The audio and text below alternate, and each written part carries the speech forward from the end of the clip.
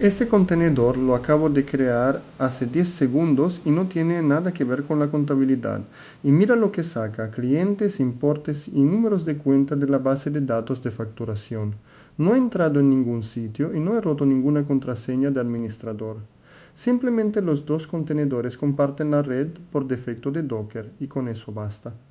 Los datos que ves son inventados, esto es un laboratorio limpio, pero el fallo es exactamente el que tienes tú si montaste tus servicios copiando un compose de 3 líneas.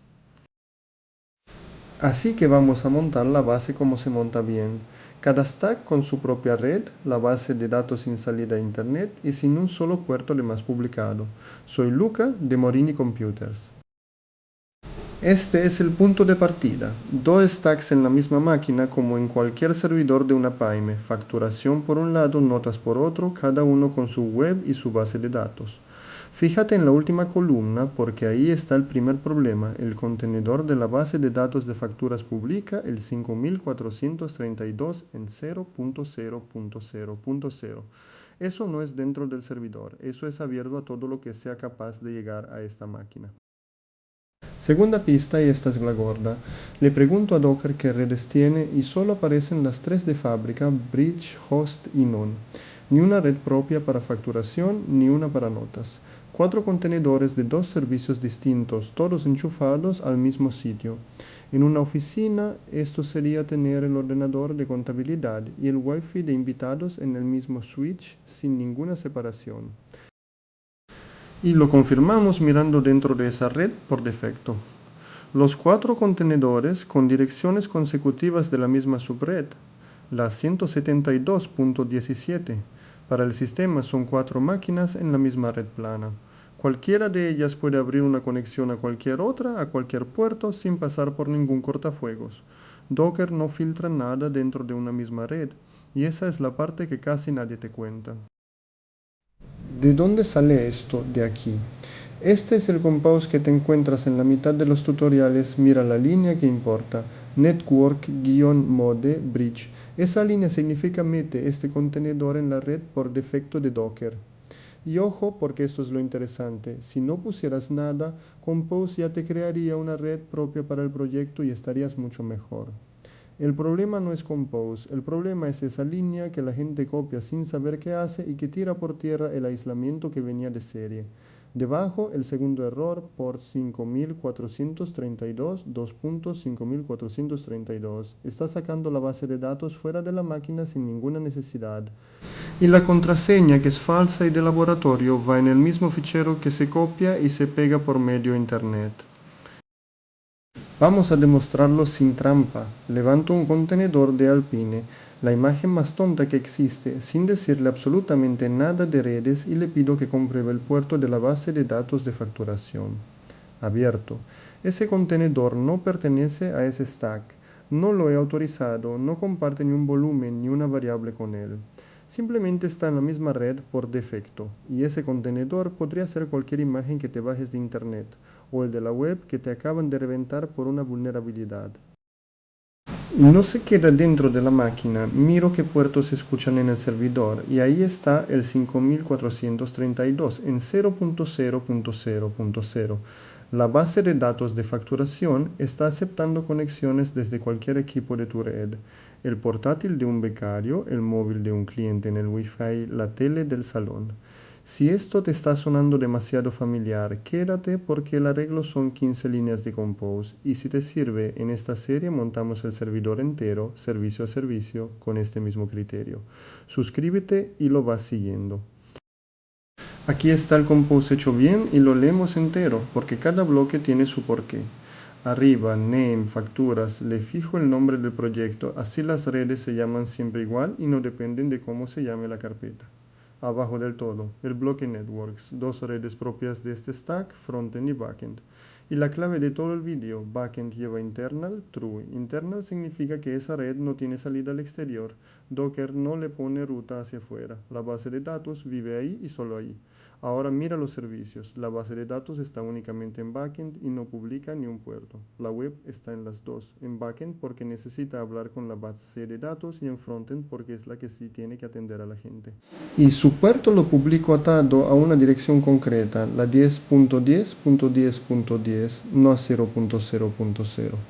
Punto 0 pues stack, dos capas, una que mira hacia adentro y otra hacia afuera. Y cada servicio solo en las que necesita. Tienes el fichero completo en mi GitHub en github.com logicalpeyote 777 morinicomputers. Lo aplico, copio el fichero bueno encima del que había y levanto el stack. Fíjate en lo que dice Docker, crea las dos redes nuevas, facturas frontend y facturas backend, y recrea los dos contenedores. Esto es importante y se le escapa a mucha gente. Cambiar la red no se aplica en caliente. Compose tiene que destruir el contenedor y volver a crearlo para engancharlo a la red nueva. Si tú editas el compose, haces un up y no ves la palabra recruete, es que no ha cambiado nada y sigues exactamente igual de expuesto. Y exactamente lo mismo con el stack de notas, su propio compose, sus propias dos redes. Cada servicio que montes a partir de ahora entra con este patrón y no hay que volver a pensarlo. Esto es lo que separa un servidor que crece ordenado de uno que en 6 meses es un plato de espaguetis que nadie se atreve a tocar. Y así queda el mapa, ya no hay una red plana, hay 4 redes, 2 por stack. Facturas tiene las suyas, notas tiene las suyas, y la red por defecto se queda vacía, que es exactamente donde la queremos. Cada stack es ahora un compartimento estanco. Momento de la verdad, repito el ataque del principio, el mismo comando, letra por letra. Y ahora conexión rechazada. En esa dirección ya no hay nadie. La base de datos se ha mudado a una red donde ese contenedor no tiene entrada. Pero seamos rigurosos porque se ha movido de sitio, no es seguridad. Voy a hacer trampa a mi favor, averiguo la dirección nueva de la base de datos y la pruebo desde el contenedor web del stack vecino, el de notas que está vivo y en la misma máquina. Cerrado, aunque sepas exactamente dónde está, no llegas. Docker no encamina entre dos redes distintas. Ese es el aislamiento de verdad, el que no depende de que nadie adivine nada. Y ahora la otra cara, la que hace que esto sea cómodo y no un castigo. Dentro del stack de facturas, desde la web, pregunto por DB el nombre del servicio tal cual está escrito en el compose, resuelve y el puerto está abierto. Docker te monta un servidor de nombres dentro de cada red, dentro del stack os habláis por nombres sin direcciones fijas y sin publicar un solo puerto. Por eso la regla es tan simple. Si dos contenedores del mismo stack se tienen que hablar, no necesitan ports, nunca. Y la guinda, que es la parte que casi nadie hace. Desde dentro de la base de datos intento salir a internet, sin salida. Ese internal true de antes hace que ni siquiera un atacante que ya esté dentro del contenedor pueda mandarse los datos a un servidor suyo, ni descargarse una herramienta para seguir escarbando. Es la diferencia entre un incidente y una fuga de datos. Comprobación final de puertos. El 5432 ha desaparecido del servidor, ya no lo escucha nadie. Solo quedan las dos webs y encima atadas a una dirección concreta en lugar de a todas. Antes teníamos una base de datos abierta a la red entera.